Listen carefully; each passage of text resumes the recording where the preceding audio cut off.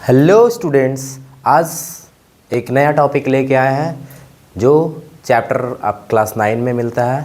Cell the fundamental unit of life या फिर building block of life बोला जाता है। तो बहुत ही मज़ेदार चैप्टर आज स्टार्ट होने वाला है। ये सेशन बहुत ही मज़ेदार रहने वाला है। बीच में यदि आपको कोई भी डाउट होगा तो कमेंट में ज़रूर बताइएगा। सेशन स्टार्ट करने जा रहा हूँ और जो भी डाउट होगा कमेंट में ज़रूर बताइएगा, ठीक है। और जो भी नोट्स आपको चाहिए वो मुझे आप इंस्टा में अपना मैसेज कर सकते हैं या व्हाट्सएप कीजिए, मैं पीडीएफ प्रोवाइड कर दूँगा। Let us start the fundamental unit of life, जो कि क्लास 9 के चैप्टर में है और ये एनसीईआरटी बेस्ड ही मैं रखा हूँ। तो आते हैं हम लोग ये सेल का डिस्कवर कहाँ से हुआ था, स्टार्टिंग ओरिजिन प्लेस हम लोग जानना चाहते हैं पहले।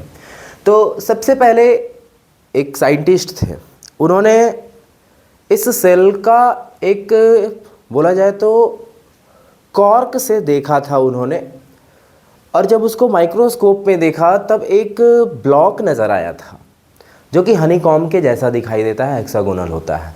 और इस कॉम्ब के थ्रू उन्होंने एक स्ट्रक्चर बताया था कि हाँ ये सेल है। और भी उस पर एक्सपेरिमेंट चला जो कि एनसीईआरटी का बेस्ड एक एक्टिविटीज़ है। आपने देखा होगा ऑनियन पील एक्सपेरिमेंट। इस ऑनियन पील का जब हम लोग ऑब्जर्व करेंगे तो इस तरह से ये एक स्ट्रक्चर दिखाई देता है, और ये स्ट्रक्चर विजिबल जो होता है दैट मीन्स इसे हम बोल सकते हैं कि ये हमारा एक सेल का स्ट्रक्चर दिखाई दिया। जो बॉक्स लाइक स्ट्रक्चर दिखाई दे रहा है इसमें जो विजिबल हो रहा है, ये बॉक्स को हमने क्या बोला, सेल बोला। That means structure of the cell. तो रॉबर्ट ब्राउन ने जब इसे डिस्कवर किया था 1665 में, तब उन्होंने सिर्फ सेल का स्ट्रक्चर बताया था। ये कहाँ से लाए थे, तो जो सैंपल वाला जो बॉटल आती है ना, आपने देखा होगा, ये बॉटल में पहले कॉर्क लगाता था। तो ये कॉर्क से इन्होंने इस तरह का स्ट्रक्चर एनालाइज किया था। इस स्ट्रक्चर को इन्होंने बस एक छोटा सा लिटिल रूम लाइक एक सेंटेंस या वर्ड बोला, जिसे आज के टाइम में या उस टाइम में हम लोग सेल बोले।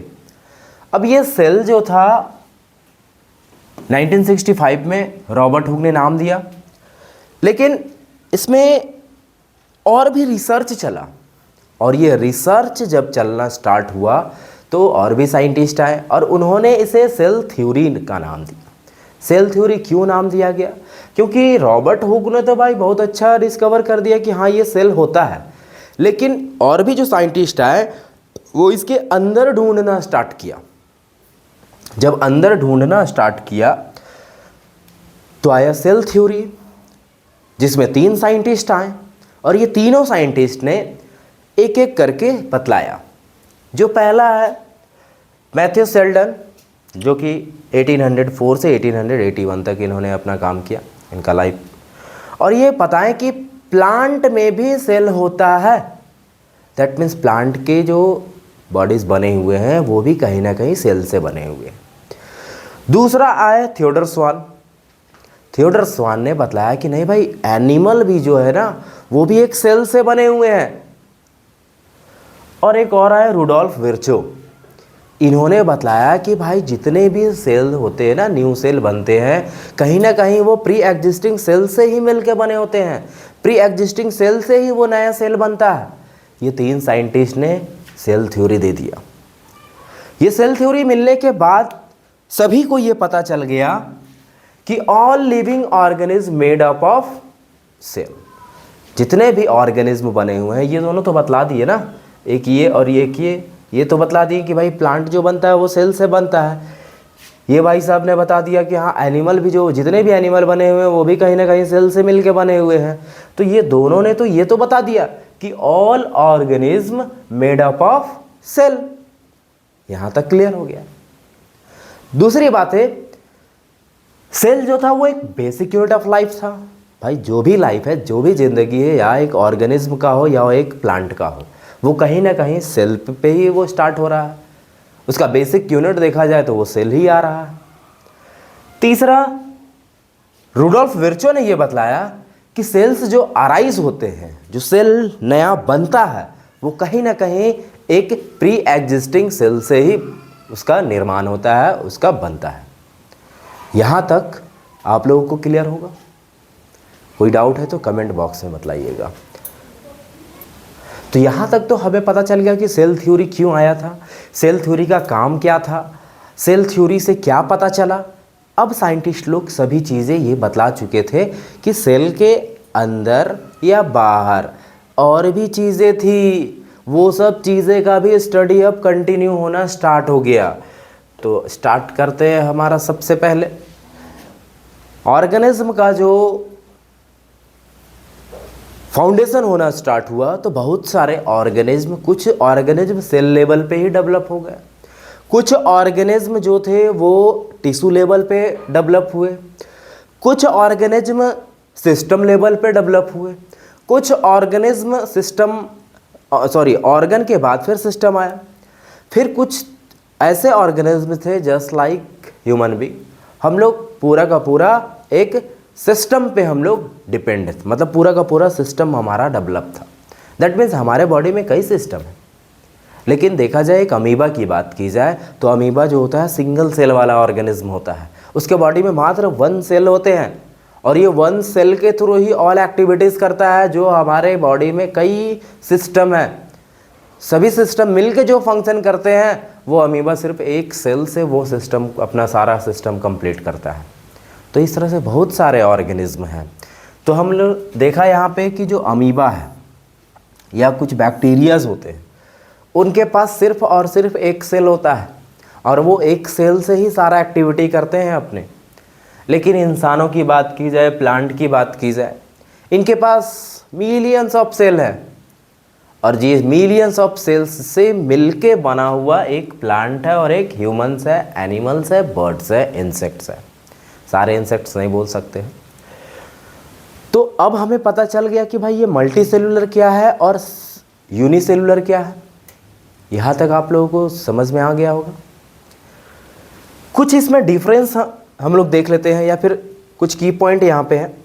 यूनिसेलुलर जो होते हैं वो सिंगल सेल के ऑर्गेनिज्म होते हैं, मल्टी सेलुलर जो होते हैं वो मल्टी सेल के ऑर्गेनिज्म होते हैं। यूनिसेलुलर जो होता है माइक्रोस्कोपिक होता है, इसे आप माइक्रोस्कोप से ही देख सकते हैं, नेकेड आई से आप नहीं देख सकते हैं। मल्टी सेलुलर की बात की जाए तो लार्ज इन साइज, इसका साइज बहुत बड़ा होता है, आप इजीली देख सकते हो। इसकी रिप्रोडक्शन की बात की जाए यूनिसेलुलर में तो ये एसेक्सुअल रिप्रोडक्शन होता है और मल्टी सेलुलर में जाइएगा तो सेक्सुअल रिप्रोडक्शन होता है। यहाँ तक क्लियर होगा।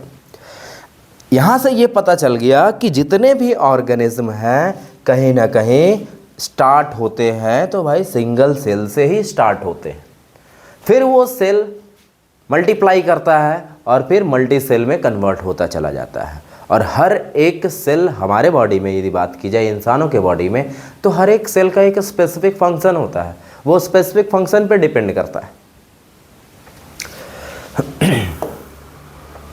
बात की जाए ये सेल को हम लोग कैसे डिफाइन कर पाएं, तो हमें पता चला कि नहीं, सेल का अलग अलग शेप होता है और अलग अलग साइज होता है। साइज कैसे मेजर करेंगे, तो जनरली इसे माइक्रोमीटर में मेजर किया गया। ठीक है, जो स्मॉलेस्ट यूनिट डिसाइड किया गया वो माइक्रोमीटर में डिसाइड किया गया। तो पहले हम लोग यहाँ पे देख लेते हैं कि जो सेल का शेप होता है वो किस किस टाइप में होता है। जैसे अमीबा का, आपने बहुत सारे बच्चे ऐसे होंगे जिनको पता होगा अमीबा का डायग्राम बहुत ही ईजी है। भाई आपको जैसे मन किया वैसे बना दीजिए, अमीबा का डायग्राम हो गया। इसमें कोई टफ वाली बातें नहीं है, क्योंकि अमीबा का जो शेप होता है इर्रेगुलर होता है, कोई डिफाइंड शेप नहीं है। ये इर्रेगुलर शेप में ही आपको हमेशा मिलेगा। दूसरी बात की जाए, ये हमारा नर्व सेल है। ये नर्व सेल कहाँ पे प्रेजेंट होता है, ये हमारे ब्रेन में होता है। एक बात और बता देता हूँ, नर्व सेल एक ऐसा सेल है जो एक बार डैमेज हो जाए तो ये रीजनरेट नहीं कर सकता। इसीलिए जब ब्रेन में या हेड इंजरीज होती है तो कम ही चांस होता है लोगों को बचने का, क्यों हेड का जो ब्रेन में जो ये हमारा नर्व सेल होता है ये डैमेज हो गया तो ये रिकवर भी नहीं कर पाता है। इसीलिए कोशिश कीजिएगा इस सेल को बचाने का, क्योंकि इसी का जस्ट एक उल्टा होता है हमारे लीवर में हेपेटिक सेल, वो इसका जस्ट उल्टा होता है, वो रिकवरी कर जाता है, रीजनरेट कर जाता है। यदि उसमें चाकू लग जाए या कुछ भी चोट लग जाए तो कुछ दिनों के बाद वो रिकवर कर जाता है।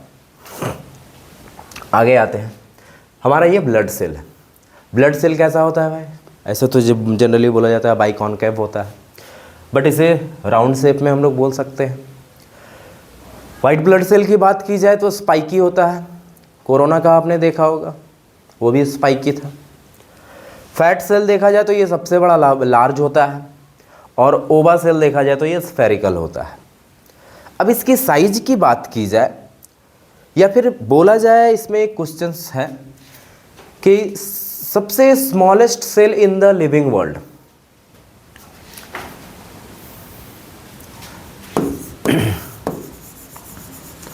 स्मॉलेस्ट सेल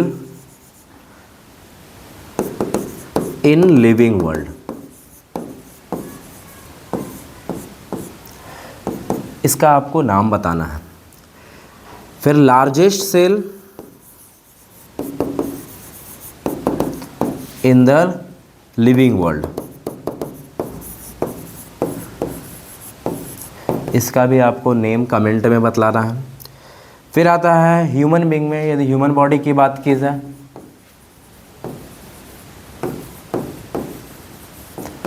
ह्यूमन बॉडी में आपको बताना है सबसे लार्जेस्ट,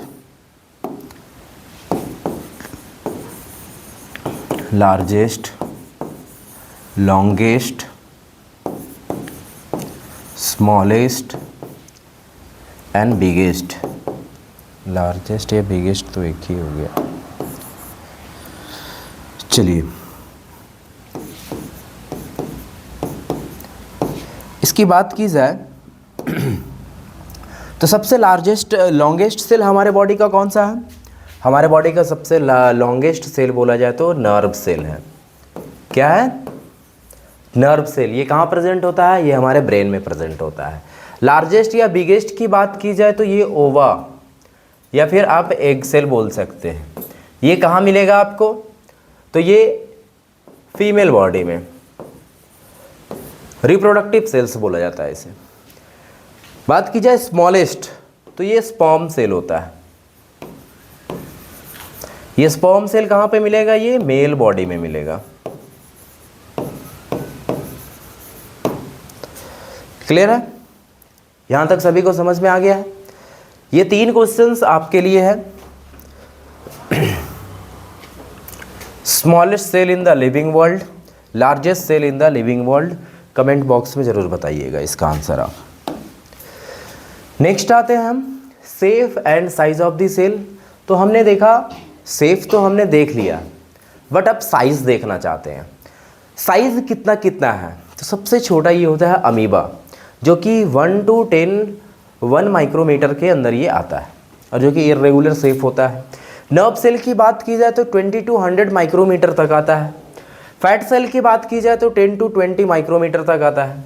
बात की जाए ओवा का तो ये 100 माइक्रोमीटर तक ये आता है। और ये सभी का वर्क जो है ना वो प्री एग्जिस्टिंग होता है, पहले ही वो डिसाइड रहता है।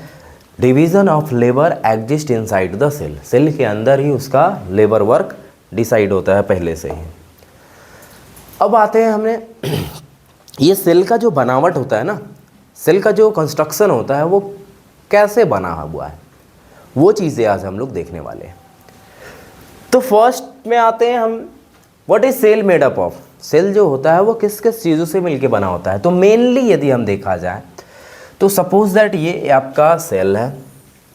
सेल का एक बाहर का लेयर है, इसके अंदर कुछ लिक्विड सब्सटेंस है और एक यहाँ पे एक न्यूक्लियस है। मेनली अभी हमने 3 पार्ट में डिवाइड किया।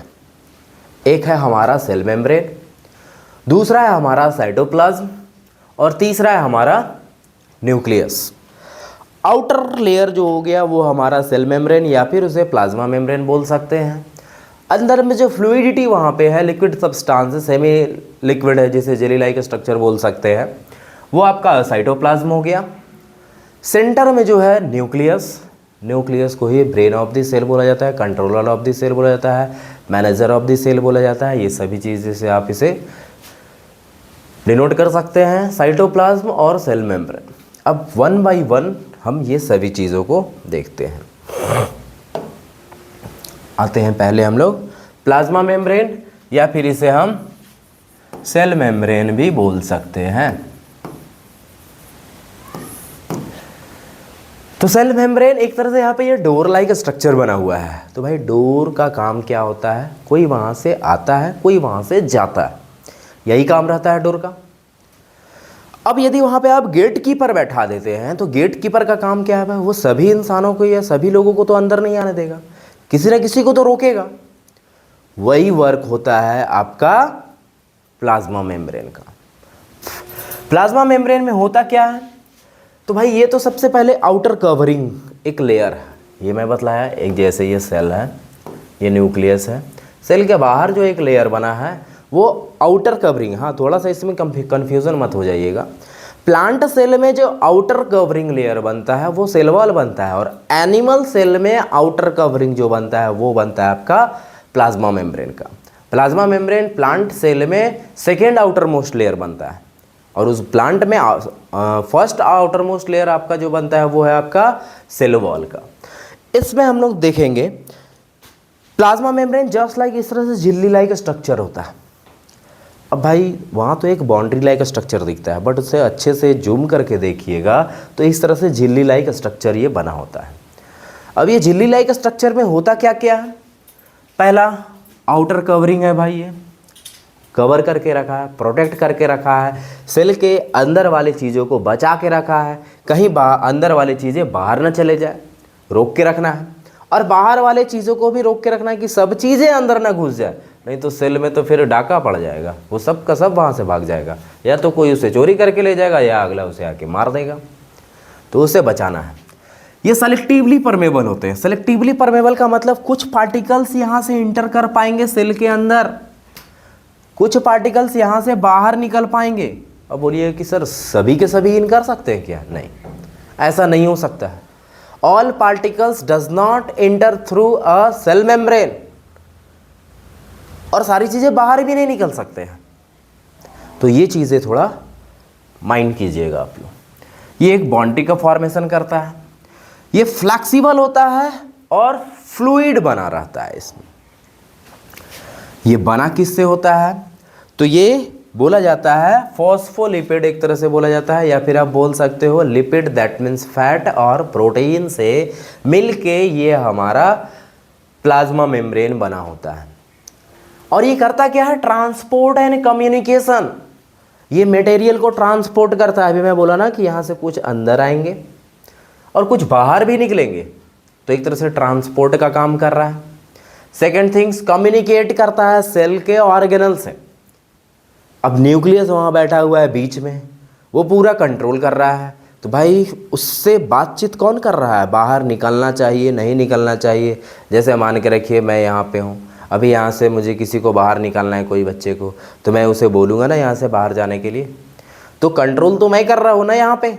तो उसी तरह से सेल के अंदर जो कंट्रोल करता है वो होता है आपका न्यूक्लियस, और न्यूक्लियस ही सारे सेल को कंट्रोल करता है कि किसे बाहर जाना है, किसे अंदर आना है। लेकिन वहाँ पे सेलेक्टिवली परमेबल मेम्ब्रेन होता है, वो गेट कीपर का काम करता है। वो सभी को इंटर भी नहीं होने देगा और सभी को आउट भी नहीं होने देगा, एग्जिट भी नहीं होने देगा। आई होप आपको समझ में आ रहा होगा।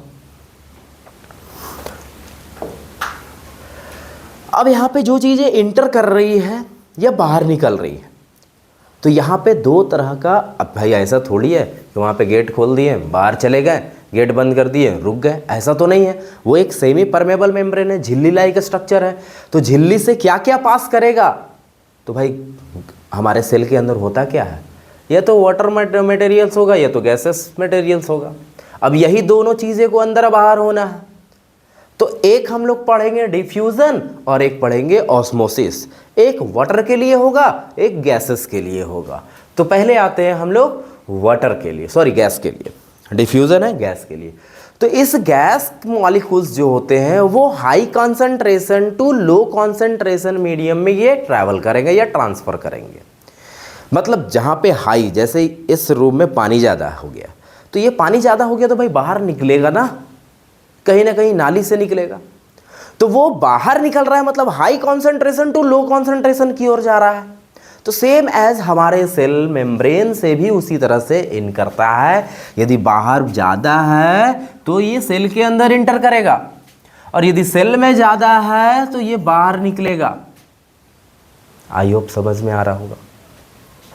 That means gas moves out और इन द सेल। कौन कौन सी गैस निकलेगी और अंदर आएगी और बाहर जाएगी? तो मेनली हमने जब इंसान या एनिमल्स जितने भी जब ब्रीदिंग करते हैं तो कौन कौन सी गैसेस इनहेल और एक्सहेल करते हैं?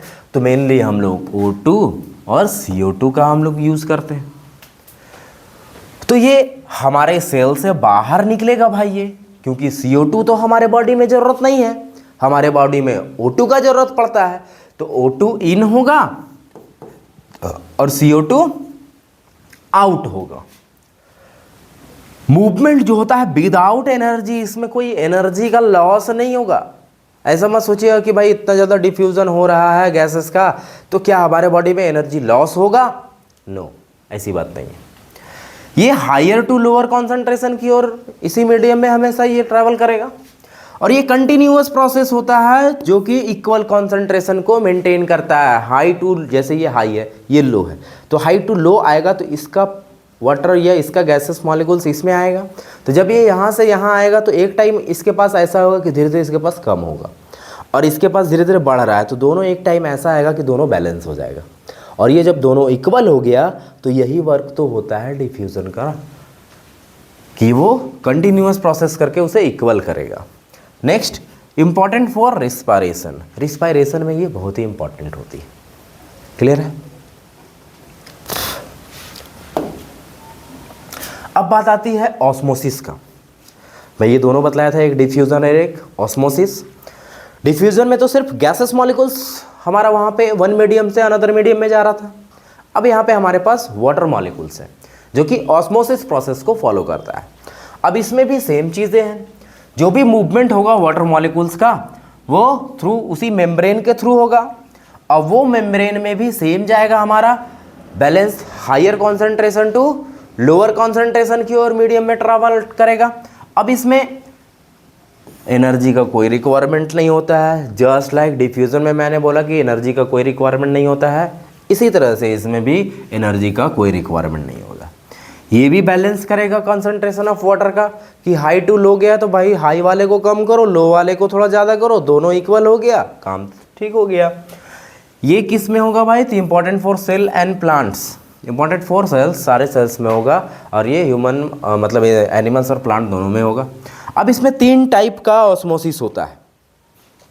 ये 3 टाइप का ऑस्मोसिस में कौन कौन होगा? एक हम लोग देखते हैं हाइपोटोनिक, आइसोटोनिक और हाइपरटोनिक। अब थोड़ा समझिएगा, जैसे चना होता है ना, उस चने को आप पानी में सोक करने के लिए डालते हैं रात में, और मॉर्निंग में आप चना खाते होंगे। तो जब वो चना को आप पानी में डाल रहे हैं उस टाइम वो चना क्या होता है? श्रिंक रहता है ना। लेकिन जैसे ही उसको पानी में डालते हैं, वो रात भर चना वाटर को सोक करने के बाद मॉर्निंग में आप देखिएगा तो वो चना पूरा फूल जाता है, और वही चना को फिर जो फूला हुआ चना है उसको आप थोड़ा बाहर रख दीजिए धूप में, या अभी गर्मी का जो मौसम है रूम टेम्परेचर में भी रख दीजिएगा तो समझ में आ जाएगा। अब उसको पानी से निकाल के आप एक प्लेट में रख दीजिए। मॉर्निंग टू इवनिंग होते होते वो चना को फिर से देखिएगा थोड़ा श्रिंक करने लगेगा। अब इसका मतलब यहाँ समझिएगा, जैसे ये वाटर में क्या किया मैंने, ये चना जो था मार्केट से लाया हुआ चना को मैं डाल दिया पानी में। उस चने के सीड में वाटर मॉलिक्यूल्स कम है और बाहर ज़्यादा है, तो अब क्या होगा? चना जो है वो वाटर को सोक करेगा, खींचेगा। तो जब खींचेगा तो भाई बाहर से अंदर ज़्यादा ला रहा है, तो ये हाइपोटोनिक होगा। और हाइपोटोनिक में क्या होगा? वो चना क्या हुआ? फूल गया, स्वेल कर जाएगा सेल। ठीक है। दूसरा कंडीशन, चना फूल गया, मॉर्निंग में आप रात में डाले थे, मॉर्निंग में वो चना फूल गया अच्छे से। अब वो चना को पानी में ही रखिए, क्या कोई प्रभाव पड़ने वाला है? कोई इफेक्ट दिखने वाला है उसमें? No changes. वो चना एज इट इज़ वैसा का वैसा ही रहेगा। दैट मीन्स आइसोटोनिक में क्या होता है, अंदर और बाहर दोनों साइड इक्वल रहेगा, और इक्वल रहेगा तो कोई चेंजेस नहीं होगा। चेंजेस फिर दिखेगा आपको हाइपरटोनिक में। अभी मैं क्या बोला, चने को आप बाहर रख दिए हैं प्लेट में, तो थोड़ी देर के बाद क्या होगा, वो चना श्रिंक करने लगेगा, मतलब अंदर से अब बाहर निकल रहा है। तो बाहर निकलेगा तो श्रिंक करेगा ना। आप अंगूर ले लीजिए, छत पे रख दीजिए, शाम तक देखिए वो श्रिंक कर जाएगा। तो श्रिंक कर जा रहा है मतलब वो हाइपरटोनिक उसमें प्रोसेस हो रहा है। क्लियर है? आई होप आपको समझ में आ रहा होगा। लाइक कर दीजिए और अपने दोस्तों के साथ ज़रूर शेयर कीजिएगा जिनको ये प्रॉब्लम है। अब आते हैं हमारा जो सेल का सेकेंड पार्ट आ रहा था हमारा, जिसे हम क्या बोले थे, साइटोप्लाज्म। अब ये साइटोप्लाज्म की बात की जाए तो इसमें जो जैसे एक ओशियन ले लेता हूँ मैं। ओशियन में बहुत सारे बोट शिप मूव करते रहते हैं, जस्ट लाइक वैसा ही आपका ये सेल होता है। सेल के अंदर जितने भी पार्ट आपका सेमी फ्लूइड मटेरियल्स है जिसे हम साइटोप्लाज्म बोल रहे हैं। तो ये क्या है, फ्लूइड इनसाइड द सेल। जो सेल के अंदर जो फ्लूइड मटेरियल है उसे हम साइटोप्लाज्म बोल रहे हैं। इसी में सारे ऑर्गेनल्स होते हैं। जैसे मैं बोला ना, ओशियन बहुत सारे बोट मूव करते रहते हैं ना, तो वैसे ही हमारे सेल के अंदर बहुत सारे ऑर्गेनल्स मूव करते रहते हैं। कहाँ पे मूव करेंगे, वो इसी साइटोप्लाज्म फ्लूइड लाइक मटेरियल में ही फ्लोट करते रहेंगे। जेली लाइक होता है, मोस्टली इसमें वाटर होता है। बोला जाए तो 70% वाटर होता है और अदर पार्टिकल्स सॉल्ट और भी चीज़ें होती है। Site for many chemical reaction. अब जितने भी केमिकल रिएक्शंस होते हैं वो सारे के सारे इसी साइटोप्लाज्म में ही होते हैं। ये ट्रांसपोर्ट करता है ऑर्गेनल्स तक। जैसे सपोज दैट यहाँ पे कोई मटेरियल है, अब इसको जाना है, इसके पास जाना है, तो ये यहाँ से यहाँ कैसे आएगा भाई, इसके पास हाथ पैर थोड़ी ना है जो आ जाएगा घूम के। तो इसी फ्लूइड लाइक मटेरियल से ये ट्रैवल करते हुए आएगा और यहाँ पहुँच जाएगा। तो ट्रांसपोर्ट करता है सब्सटेंस को विद इन अ सेल। अब सेल के बाहर मत जाइएगा भाई, हम सेल के अंदर ही सारी चीज़ें के देख रहे हैं, तो सेल के बाहर कभी जाना भी नहीं, सेल के अंदर ही रहिएगा। और जितने भी ऑर्गेनल्स होते हैं वो सारे के सारे ऑर्गेनल्स इसी में होल्ड करेंगे, साइटोप्लाज्म में।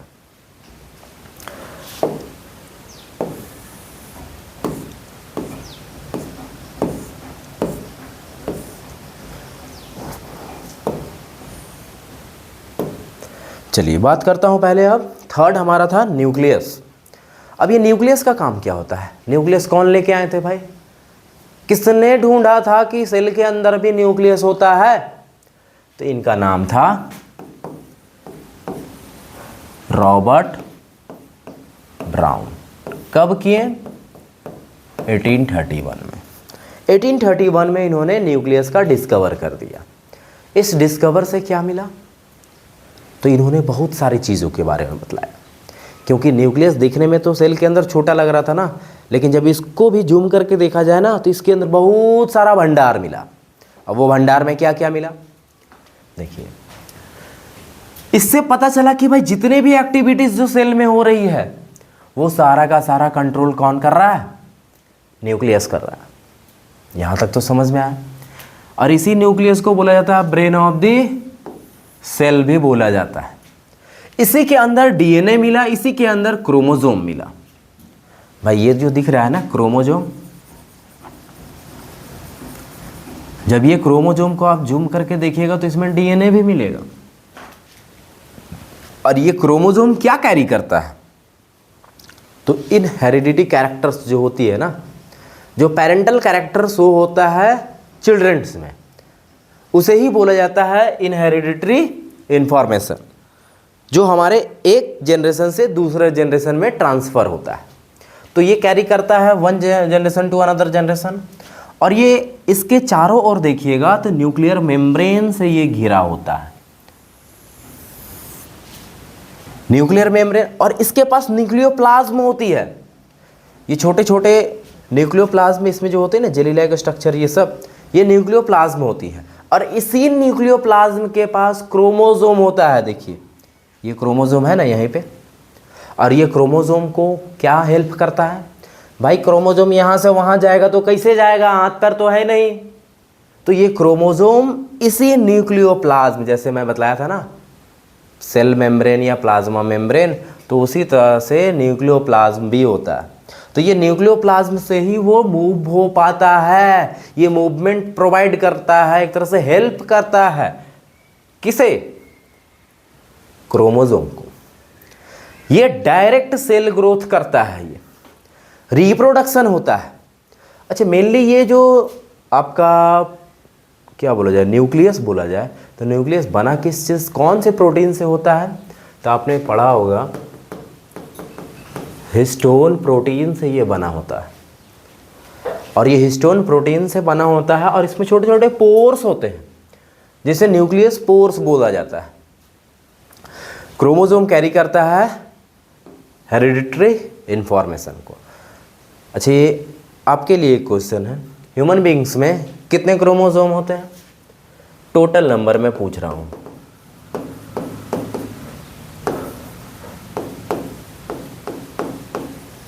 टोटल क्रोमोसोम हमारे बॉडी में कितने होते हैं ह्यूमन बीइंग्स में? कमेंट बॉक्स में आप जरूर बतलाइएगा इसका आंसर।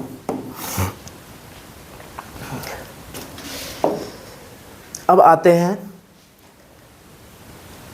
प्लांट में। हमने देखा सेल में एक तो आउटर लेयर पढ़ लिए हम लोग, जिसे नाम क्या था, सेल मेम्ब्रेन या प्लाज्मा मेम्ब्रेन। इसके अंदर फ्लूइड लाइक मटेरियल भी हम लोग देख लिए, इसका नाम क्या था, साइटोप्लाज्म। इसके अंदर हमने एक देखा न्यूक्लियस, ये न्यूक्लियस भी हमने देख लिया। तो ये तीन चीजें से मिलकर तो बना हुआ था, लेकिन प्लांट में एक और होता है जिसे क्या बोला जा रहा था, इसे बोला जाता है सेल वॉल। तो ये एनिमल बॉडी में या एनिमल सेल में नहीं मिलेगा, ये मिलेगा तो सिर्फ और सिर्फ प्लांट में मिलेगा। अब बात आती है कि सिर्फ प्लांट में ही होता है सेल वॉल, क्या दुनिया में और कोई ऑर्गेनिज्म है जिनके पास सेल वॉल होता है? जी हाँ, होता है। तो आपके पास है पहला बैक्टीरिया, एक होता है आपके पास फंगी, ये दोनों के पास सेल वॉल होता है। तो प्लांट का जो सेल वॉल बना होता है वो तो सेलुलोज से बना होता है, ठीक है, ये तो सेलुलोज से बना होता है। बात आती है कि बैक्टीरिया का जो सेल वॉल होता है वो किस चीज़ से बना होता है, और जो फंगी का सेल वॉल होता है वो किस चीज़ से बना होता है? ये भी प्रोटीन से ही बना हुआ होगा, लेकिन कौन से प्रोटीन से बना होगा?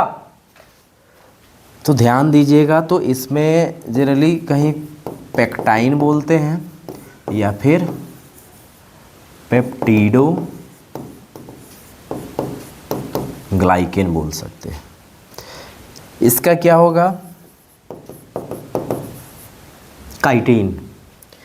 ये काइटिन नाम की प्रोटीन से बना होता है, और यही कारण है कि प्लांट, फंगस और बैक्टीरिया, ये तीन ऑर्गेनिज्म ऐसे हैं जिनके पास सेल वॉल होता है, और ये तीन ऑर्गेनिज्म ऐसे हैं जो कि हर एक एक्सट्रीम कंडीशन में भी सरवाइव कर सकते हैं, बिकॉज इनके पास सेल वॉल है। बाकी और ऑर्गेनिज्म के पास सेल वॉल नहीं होता है। यही कारण है कि अदर ऑर्गेनिज्म जो हैं वो एक्सट्रीम कंडीशन को सरवाइव नहीं कर सकते। जैसे अभी इंसान है भाई, हम तो हमें गर्मी लग रही है, महसूस कर रहे हैं, ज़्यादा देर तक गर्मी में बाहर खड़े नहीं रह सकते हैं, बट प्लांट, बैक्टीरिया, फंगस, इनको एक्सट्रीम कंडीशन में भी छोड़ दीजिए, कुछ फ़र्क नहीं पड़ने वाला है, ये एज इट इज़ वैसे ही डटे रहेंगे।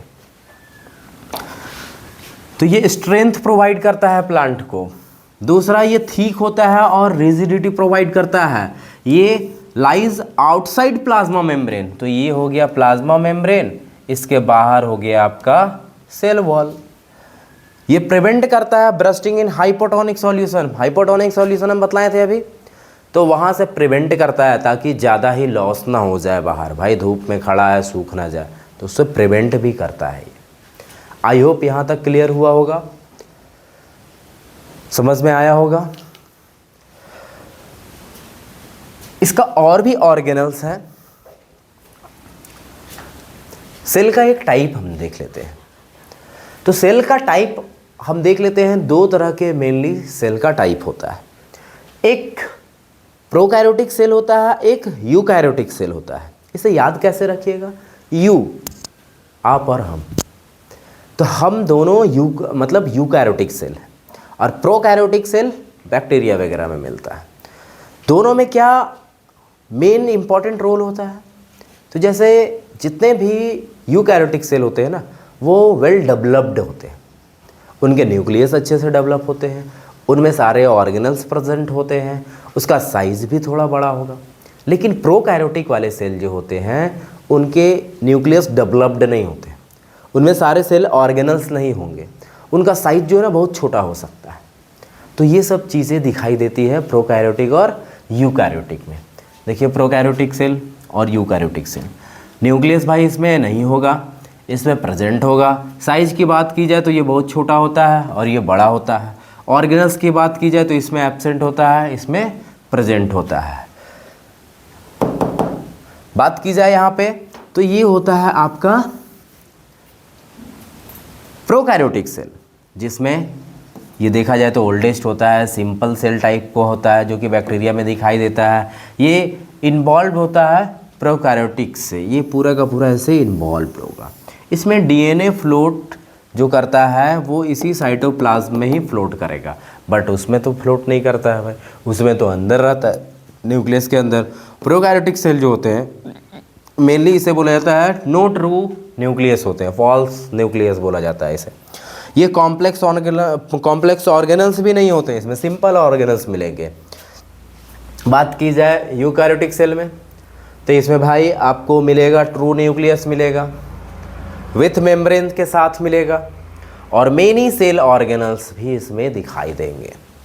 ठीक है, इसमें डीएनए होगा वो फ्लोट करेगा यहाँ पे सेल में इसमें, और बाकी तो माइटोकॉन्ड्रिया में मिलेगा, न्यूक्लियस में भी फ्लोट करेगा, और डीएनए जो होगा इसमें वो स्टोर होगा न्यूक्लियस के अंदर। आई होप आपको समझ में आ रहा होगा, क्लियर होगा। जो भी डाउट है कमेंट बॉक्स में ज़रूर बताइएगा।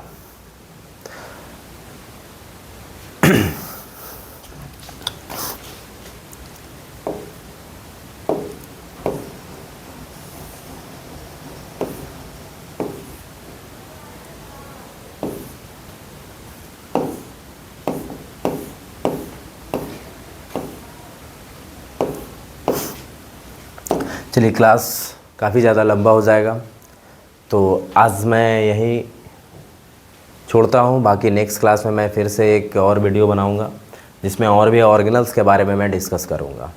ओके, तो यदि वीडियो अच्छा लग रहा हो तो अपने दोस्तों के साथ शेयर कीजिए, हो सके उनको थोड़ा हेल्प मिल जाए। जिनको नहीं पता है भाई ये सभी के बारे में जानकारी नहीं है, अपने दोस्तों के साथ शेयर करें, जो कि उन्हें भी थोड़ा हेल्प मिल जाए। और कोई भी टॉपिक यदि आपको डाउट हो रहा है तो कमेंट बॉक्स में ज़रूर कमेंट कीजिएगा, जिससे मैं टॉपिक को प्रिपेयर कर सकूं। Thank you.